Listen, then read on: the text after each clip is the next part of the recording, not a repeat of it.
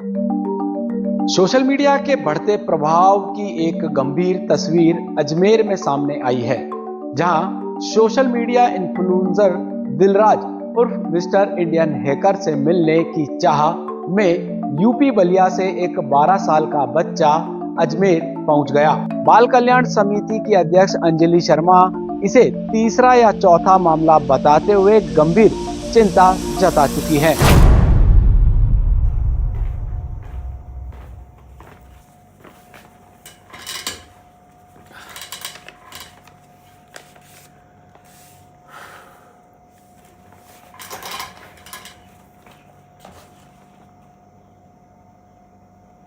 हाँ जी यार, बहुत मन उदास है अंदर से। और मैंने अपनी पूरी लाइफ के अंदर कभी नहीं सोचा था कि एक दिन मुझे ऐसी कोई वीडियो बनानी पड़ जाएगी जिसमें मैं अपने ही सब्सक्राइबर्स यानी कि आप लोगों से ये बात कहूँ कि मुझसे मिलने कोई मत आना। लेकिन गाइस, इसके पीछे बहुत सारे कारण हैं कि मैं ऐसा क्यों कह रहा हूँ, और उसमें से एक कारण है ये कुछ पेपर्स। इनके बारे में मैं आपको वीडियो के लास्ट में बताऊंगा कि ये क्या है, क्यों है। लेकिन उससे पहले गाइस, आप सभी लोगों का दिल से बहुत बहुत धन्यवाद इतना सारा प्यार देने के लिए, इतना सपोर्ट करने के लिए और मेरी इस जर्नी में साथ जुड़ने के लिए। और मुझे बहुत खुशी होती है जब मेरे दोस्त, मेरे सब्सक्राइबर्स, फैमिलीज़, उनके साथ बच्चे, स्टूडेंट्स और जो भी लोग मुझसे मिलने के लिए आते हैं, जब मैं उनसे मिलता हूँ ना भाई, इतनी खुशी होती है। क्योंकि वो लोग जब मुझे पहली बार सामने देखते हैं ना, तो उनके इतने अच्छे और रियल रिएक्शंस होते हैं, उनके इमोशंस उनके चेहरे से दिखते हैं, उनकी खुशी जो जाहिर होती है। और जब मैं उसे देखता हूँ ना, तो दिल से इतनी खुशी होती है और लगता है कि वाह यार, अपन ने कुछ कमाया है, जो कि असली चीज़ है, जो कि पैसे से या फिर किसी भी चीज़ से बहुत बहुत बढ़ के है। लेकिन आज मैं एक ऐसी वीडियो बना रहा हूँ जिसमें मैं ये बोल रहा हूँ कि मुझसे मिलने कोई मत आना। क्योंकि गाइज यार,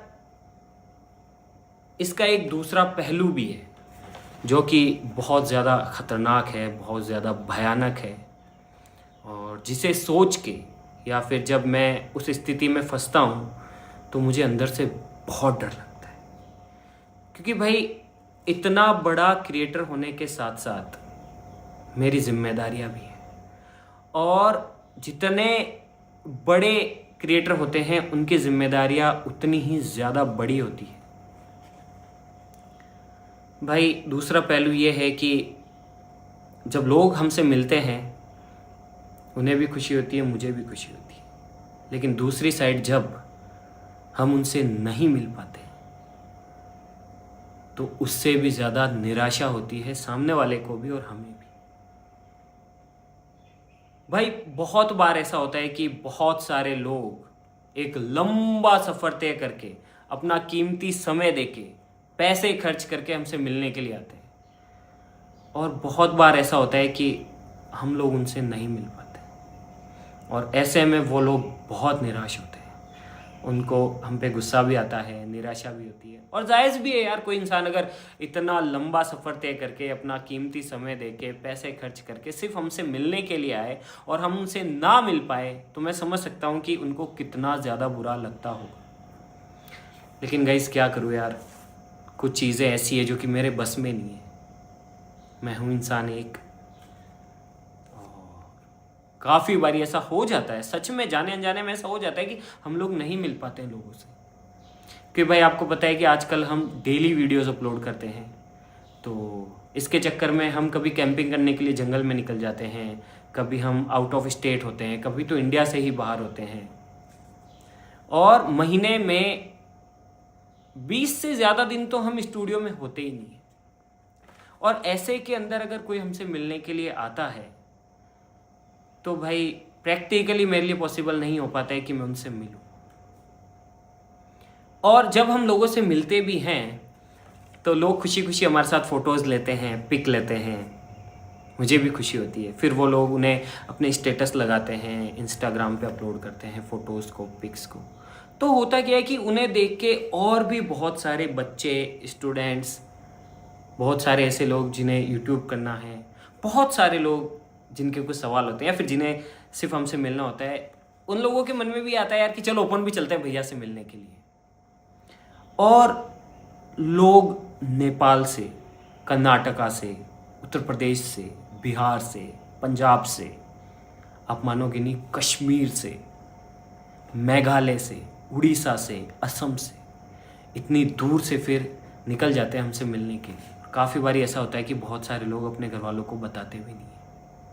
जब वो मुझसे मिलते हैं मैं उनसे पूछता हूँ कि क्या आपने अपने घर वालों को बताया कि मैं कहाँ जा रहा हूँ, तो वो लोग बोलते हैं कि नहीं। मैं कहता हूँ कि क्यों भाई, आपने अपने घर वालों को क्यों नहीं बताया? तो वो कहते हैं कि यार अगर मैं अपने घर वालों को बता देता तो वो लोग मुझे यहाँ आने ही नहीं देते। तब मैं सोचता हूँ कि यार ये लोग बिना बताए आए हैं और इनके घर वाले कितने परेशान हो रहे होंगे। और काफ़ी बारी तो ऐसा होता है भाई, क्योंकि बहुत सारे लोग ऐसे होते हैं जो कि घर से पहली बार निकलते हैं, तो उनको नहीं पता होता है कि कौन सी ट्रेन लेनी है, कहाँ से जाना है, कहाँ से बस मिलेगी, कहाँ से क्या होगा, और ऐसे में वो लोग भटक जाते हैं। काफ़ी बारी मैंने देखा है कि लोग रेलवे स्टेशन पे सोते हैं, बस स्टैंड्स पे सोते हैं, 2-2, 3-3 दिन तक वो खाना भी नहीं खा पाते, सिर्फ इस उम्मीद में कि भैया से मिलेंगे, लेकिन वो भटक जाते हैं। फिर वो जब लोगों को मिलते हैं तो लोग क्या करते हैं, पुलिस को इन्फॉर्म कर देते हैं कि ये एक बच्चा है या फिर स्टूडेंट है, ये भटक गया है। फिर पुलिस इन्वॉल्व हो जाती है, और फिर जब पुलिस इन्वॉल्व हो जाती है तो फिर हमारे पास कॉल आते हैं कि आपसे मिलने के लिए कोई इतनी दूर से आया है, कहीं से आया है, तो आप आइए। फिर हम जहाँ पे भी हो, उस कंडीशन के अंदर हम कहीं पे भी हो, कुछ भी शूट कर रहे हो या फिर कहीं पे भी हो, ये हमारी जिम्मेदारी होती है कि हम जाएं। फिर भाई हम पुलिस स्टेशन जाते हैं, उनसे मिलते हैं और उनके घर वालों से बात करते हैं। उन्हें बताया जाता है कि आपका बच्चा यहाँ है, आप परेशान मत होइए, और जल्द से जल्द हम इसे आपके पास में पहुँचा देते हैं। काफ़ी बारी तो बहुत सारे बच्चे, बहुत सारे स्टूडेंट्स मना कर देते हैं, बोले कि नहीं हम नहीं जाएंगे, हम तो आपके साथ ही रहेंगे, यहीं पर रहेंगे। अब उनका प्यार ही इतना है, लेकिन हम भी समझते हैं कि ये प्रैक्टिकली पॉसिबल नहीं है, हमसे ज़्यादा ज़रूरी उनके लिए उनके घर वाले हैं। फिर हम उनको समझाते हैं, और जब तक उन लोगों को हम घर ना पहुंचा दे तब तक ये हमारी जिम्मेदारी होती है, और फिर हम कुछ भी नहीं कर पाते, हमें रुकना होता है क्योंकि हमारा फ़र्ज़ है। और काफ़ी बारी जब पुलिस तक नहीं जा पाती बात, तो वो जैसे तैसे करके स्टूडियो आ जाते हैं, और हमें पता पड़ता है कि कोई अगर बच्चा छोटा है या फिर कोई थोड़ा एज में कम है, 17-18 साल का है, 16-17 का है, नाबालिग है, तो भाई हम तुरंत ऑफिस आते हैं, चाहे वो कहीं पे भी हो, और फिर हम लोग तब तक वेट करते हैं जब तक या तो उनके घर वाले ना आ जाए या फिर हम किसी तरीके से उन्हें उनके घर तक ना पहुंचा दें। भाई आप मानोगे नहीं, बहुत सारे पुलिस स्टेशंस में अलग अलग जगहों पे गुमशुदगी की, लापता की रिपोर्ट्स दर्ज होती हैं कि हमारा बच्चा गायब है या फिर वो 2-3 दिन से नहीं मिल रहा है, और बाद में पता पड़ता है कि वो लोग मुझसे मिलने के लिए निकले होते हैं। तो आप समझ सकते हैं कि ये कितना ज़्यादा सेंसिटिव टॉपिक है, कितना ज़्यादा महत्वपूर्ण है, क्योंकि आप समझ सकते हैं यार कि दुनिया में अच्छी चीज़ों के साथ साथ में बुरी चीज़ें भी होती हैं, और मैं नहीं चाहता कि किसी के साथ भी कोई भी मिसहैप हो, कोई भी ऐसी घटना हो जो कि अप्रिय हो या फिर जो कि गलत हो, और सिर्फ इस वजह से कि कोई मुझसे मिलने आया हो। और भाई आप मानोगे नहीं, बहुत बार ऐसा होता है कि लोग इतने ज़्यादा आ जाते हैं कि प्रैक्टिकली मैं सभी से नहीं मिल पाता।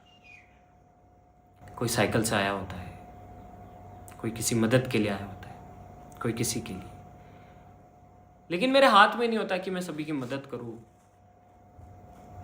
क्योंकि यार हूँ तो मैं भी इंसान ही। काफ़ी बारी ऐसा होता है कि भाई मुझे जवाब देना पड़ता है संस्थाओं को, बहुत सारी जगहों को, क्योंकि वो जिम्मेदारी मेरी हो जाती है। ऐसी बहुत सारी चीज़ें हैं गाइस, अनगिनत रीजंस हैं। बहुत सारे लोग रात को पहुंचते हैं, रात को स्टूडियो के बाहर 2-2, 3-3 दिन तक बैठे रहते हैं, भूखे प्यासे। बहुत सारे लोग रेलवे स्टेशन पे सोते हैं। बहुत सारे लोग कोई मोटरसाइकिल से आ रहा होता है तो रास्ते में उनके चोट लग जाती है, बहुत सारे लोग ऐसे होते हैं जिनके पर्स चोरी हो जाते हैं, या फिर जिनका बैगेज गुम हो जाता है, या फिर उनके साथ कुछ ऐसी घटना हो जाती है जो कि वो मुझे बताते हैं। फिर मुझे दिल से इतना बुरा लगता है ना, मैं खुद को कोसता हूँ कि वाई, ऐसा क्यों हो रहा है। और ऐसी घटनाएं अभी के दिनों में इतनी ज़्यादा बढ़ गई है कि मुझे मजबूरन आप लोगों से ये कहना पड़ेगा कि प्लीज़ यार मुझसे मिलने कोई भी मत आना, मैं नहीं मिलूँगा। क्योंकि अगर मैं एक आदमी से मिलता हूँ तो दूसरा बुरा मान जाता है, तीसरा बुरा मान जाता है कि हमसे मिले, कि उनसे मिले, हमसे नहीं मिले। इसीलिए मैंने ये फ़ैसला लिया गाइस कि मैं अब से किसी से भी नहीं मिलूँगा। और आपको यकीन नहीं होगा गाइस, हमारे यहाँ के जो लोकल न्यूज़पेपर्स हैं उनमें महीने में 3 से 4 खबरें तो सिर्फ हमसे रिलेटेड होती है कि कोई बच्चा कर्नाटका से मिलने के लिए एक इन्फ्लुएंसर से आया, मिस्टर इंडियन हैकर से, कोई नेपाल से आया है, कोई साइकिल पे यात्रा करते हुए आया है, कोई कैसा आया है, कोई कैसा आया है। अब मानोगे नहीं, हमारा जो रेलवे स्टेशन है ना, वहाँ पे जितने भी ऑटो ड्राइवर्स हैं, जितने भी टैक्सी ड्राइवर्स हैं, सबको हमारा एड्रेस याद हो गया है, क्योंकि इतने सारे लोग आते हैं। और जैसे वो किसी को देख लेते तो खुद ही समझ जाते हैं कि भैया हम समझ गए थे कि ये लोग आपसे मिलने आए हैं, और हम सीधा आपके पास ले आते हैं। जैसे कि एक एग्जाम्पल मैं आपको दिखाता हूँ। ये देखो भाई, ये एक न्यूज़पेपर की कटिंग है मेन ट्रस्ट पे, और इसमें क्या लिखा हुआ है मैं आपको थोड़ा सा पढ़ के सुनाता हूँ। सोशल मीडिया इन्फ्लुएंसर से मिलने 1126 किलोमीटर से अजमेर पहुंचा 12 साल का बालक। CDBWC ने इन्फ्लुएंसर को समझाइश के लिए बुलाया। ये देखो भाई, मुझे बुलाया जाता है अलग अलग गवर्नमेंट संस्थाओं के द्वारा कि इन बच्चों को समझाइए, ये तो आपसे मिलने के लिए पागल हो रहे हैं। मैं जाता हूँ, उन्हें समझाता हूँ, फिर भी वो नहीं समझते हैं, बोले आपके साथ रहना। मतलब बहुत सारी ऐसी चीज़ें होती है। और आप देख सकते हैं कि कितना लंबा पैराग्राफ लिखा हुआ है, ये देखो आप, तो आप लोग पढ़ लेना इसे। एक और ज़रूरी चीज़ जिसकी वजह से मुझे कहना ही पड़ेगा और मुझे ये बात बोलनी पड़ेगी कि प्लीज़ मुझसे मिलने कोई मत आना, मैं आप लोगों से नहीं मिल पाऊंगा। उसका एक रीज़न तो ये है, और दूसरा रीज़न ये है कि आप लोगों की सुरक्षा, ये मेरी जिम्मेदारी है कि अगर कोई मुझसे मिलने आए और उसके साथ अगर कुछ गलत हो तो मैं अपने आप को कभी माफ़ नहीं कर पाऊंगा। इसीलिए मैं साफ कहता हूं कि मुझसे मिलने कोई मत आना गाइज, मैं आप लोगों से नहीं मिलूंगा। पुलिस स्टेशन की तरफ से मेरे पास में साफ नोटिस है, साफ निर्देश है कि आप बकायदा ये वीडियो बनाएं, लोगों को बोलें कि हमसे मिलने मत आना। मैं आपको थोड़ा सा पढ़ के सुना देता हूँ।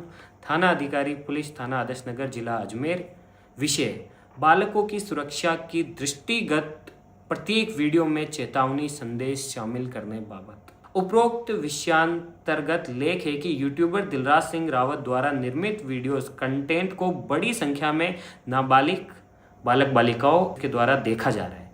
बालकों की सुरक्षा, संरक्षण एवं उनके सर्वोगत हित को ध्यान में रखते हुए ये निर्देशित कराया जाए कि वह अपनी वीडियो में यह स्पष्ट रूप से चेतावनी अनिवार्य रूप से दे कि हमसे मिलने ना आए। ये संदेश वीडियो के आरंभ अथवा अंत में अनिवार्य रूप से बोला जाए, जिससे बालकों के किसी भी प्रकार की असुरक्षित व्यवहार को रोका जा सके। ये निर्देश बालकों की सुरक्षा और भविष्य को ध्यान में रखते हुए निवारक उपाय के रूप में जारी किया जा रहा है। आपको आदेशित किया जाता है कि मतलब ये जो लेटर है ये पुलिस स्टेशन में गया है बाल कल्याण मंत्रालय की तरफ से, कि ये फिर मेरे पास आया है। तो पुलिस को ये कहा गया है कि पुलिस मुझसे ये सुनिश्चित कराए, मतलब पुलिस ये मेक श्योर करे कि दिलराज सिंह रावत यानी कि मिस्टर इंडियन हैकर ये क्लियर करे कि उनसे मिलने के लिए कोई भी ना आए, ताकि ऐसी प्राकृतिक घटनाओं को होने से रोका जा सके, या फिर बालकों की सुरक्षा सुनिश्चित की जा सके कि जब वो लोग दूर से या कहीं से आए तो उनके साथ कुछ भी मिसहैप ना हो। उनका कहना भी सही है यार, वो अपनी जगह सही है, उनके पास इतने सारे केसेस आते हैं हमसे रिलेटेड, तो ठीक है। आप इतना समझ लो कि मेरे पास में पुलिस की तरफ से नोटिस है, आप पढ़ लेना। ये देखो भाई, ये पढ़ लेना आप, मेरे पास पुलिस की तरफ से नोटिस है कि भाई मैं ये वीडियो बनाऊं, और मैं बना रहा हूं, और ये सारी चीज़ें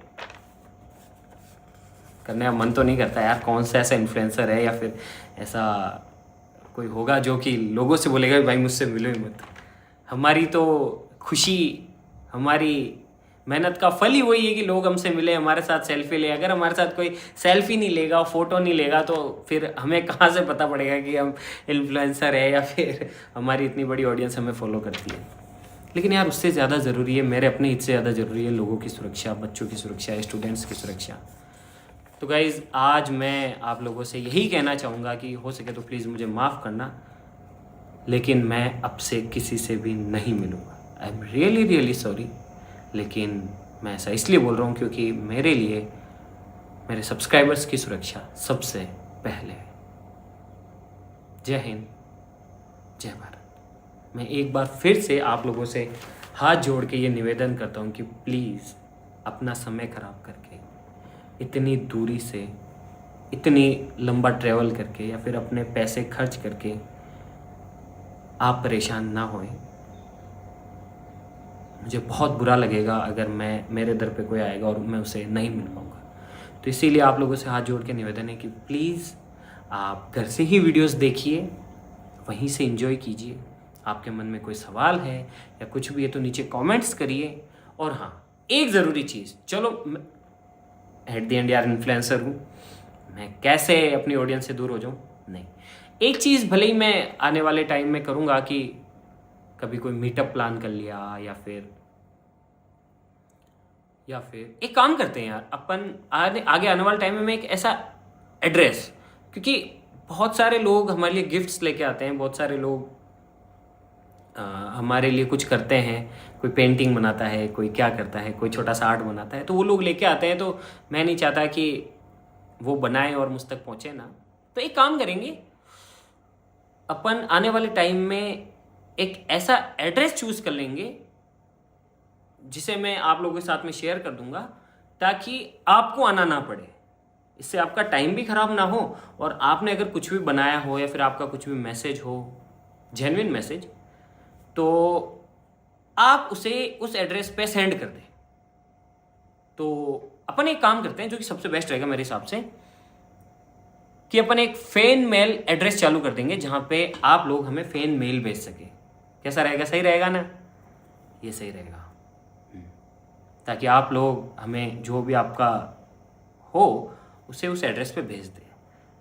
ठीक है गाइस, तो मुझे थोड़ा वक्त दो, ये चीज़ अपन करेंगे। बाकी अभी के लिए यार आप लोगों से यही निवेदन है भाई लोगों, प्लीज़ मुझे माफ़ करना, प्लीज़ मुझसे मिलने मत आना यार, प्लीज़ प्लीज़ प्लीज़ मुझसे मिलने मत आना।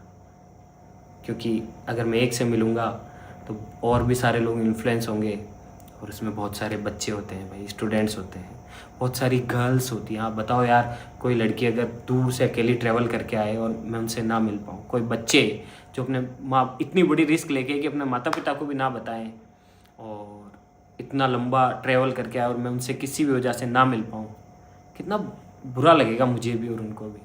इसीलिए मैं ये आज से स्पष्ट करता हूँ कि मैं किसी से भी नहीं मिलूँगा, किसी से भी नहीं। तो प्लीज़ आप लोग परेशान ना हो। Thank you so much guys. जय हिंद, जय भारत। विभाग ने दिलराज को निर्देश दिए कि वह अपने हर वीडियो में बच्चों से ऐसी अपील करें कि वह घर छोड़कर उनसे मिलने ना आए। यह मामला बच्चों की सुरक्षा और सोशल मीडिया जिम्मेदारी पर बड़ा सवाल खड़ा करता है।